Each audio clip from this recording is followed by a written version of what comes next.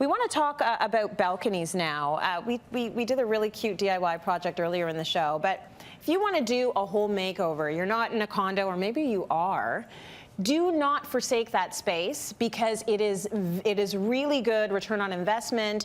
You can use that space. It's going to be precious for you, but you have to think about how you want to use it. Well, my grandma always used to say, I paid for it, I'm taking advantage of it. And you should with your balcony, right? Not just the condiments at Harvey's. But yeah, no.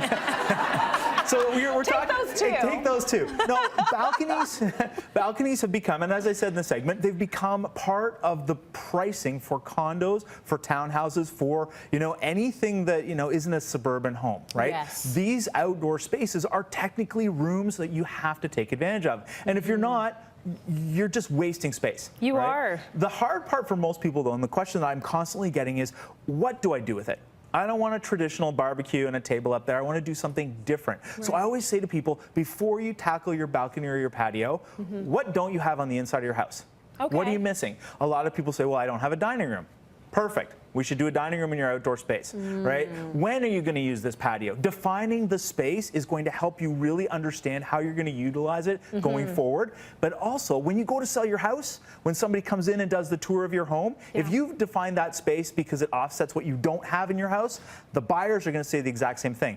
Oh, we don't have this big living room we wanted, but look at what we've got upstairs. It's a huge sectional. It's a patio. Maybe you can have a fire pit out there. That's how you define a space. And I think we have some before and afters of some I've done that way. We do. So take a look at this before. A lot of people can relate to this as space. Is it rooftop? It is. This is a rooftop. Okay. It's a bit of a cheater, though. So this is a rooftop over a section of the building. The rest of the building goes up behind it. Okay. But from the picture, you can't really see it. So they got a big space. Yes. Almost 500 square feet of decking. And they pushed everything to the side because they didn't know what to do. So when I came into this house, the first thing I said is, what are you going to use this for? Yeah. And she immediately said, I want outdoor dinner parties. Good. And I loved it. I'm like, great, there's our jumping off point. Let's create an outdoor dinner party space. That is beautiful. And all we did was add good furniture. Yes. That's it. And in fact, in this particular space, because they wanted it at the end of the day, we didn't have to add a lot of shade. Because they're not sitting up there at 2 o'clock in the afternoon. They wanted like 7 or 8 o'clock at night. Yeah. And they wanted to see the stars and they wanted to see the city twinkling around them. That's why they bought that space. That is beautiful. Take advantage of it. You must have painted the floor, did you? We did touch it up, just with the same colored stain. So we just kept it consistent. Because then again, going forward, you're not constantly having to reinvent the space. Right. You're just keeping it neutral and off you go. You make it really simple, and I think that's the joy of a lot of your design, and it should be easy to maintain, especially you know who you are.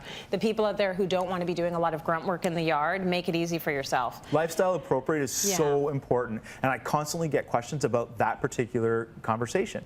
People don't understand what they're going to do with the space, so they just leave it empty. Yes. And it's such a waste. It is. Okay, take a look at this before. So this is for a children's program? This is a children's program. It's called Drum Arts, and they just had this deck, and they didn't really use it. And the reason they didn't use it was because it was 800 degrees all summer long. It's a rooftop, right? And the gravel holds the heat. Yeah. So we know that when the sun's baking on stone or on gravel, it holds the heat, which means 800 degrees at 2 o'clock in the afternoon all the way till 10 o'clock at night. Yes. So who wants to be out there? So what did you do to it? First thing we did was we added a lot of shade. Okay. Now, adding shade on a rooftop, you also have to account for wind. So we did a big awning, but we reinforced it, and we jacked it up a little bit so now the wind can go under the awning, blow through without lifting the awning up. Nice. And now they had the flexibility. The shade actually provides the right spot for the kids to play, but it gives a little bit more usage long term throughout the seasons. You've got picnic tables up there, beautiful colors. You've got a lot of vegetation. There's flowers, there's plants. It really looks alive. But also, maybe you can explain this to us. So it's a big area, and it looks sort of a little bit red, a little bit green. What's happening in this area? A little bit interesting color. A little bit interesting. We took the rest of the section of the roof that we weren't going to use as a patio, and we covered it with a green roof program called Zero Floor. Now, this particular system is red sedum. Okay. So it's not green, it's red. Okay. But what it does is it actually prevents the sun from baking the gravel underneath.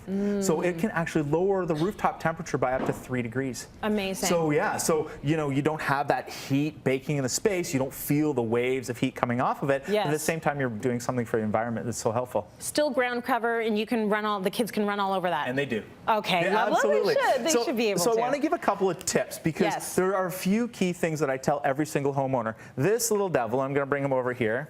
Doesn't just keep me happy, Yeah. although he does He's the little, fun. I love him. This is a great way for you to identify how much sun you really have on your patio. Okay. Okay, a lot of people say, oh, I'm on the 7th floor of a 50-story building. You know, I get sun from, I think, this time to this time.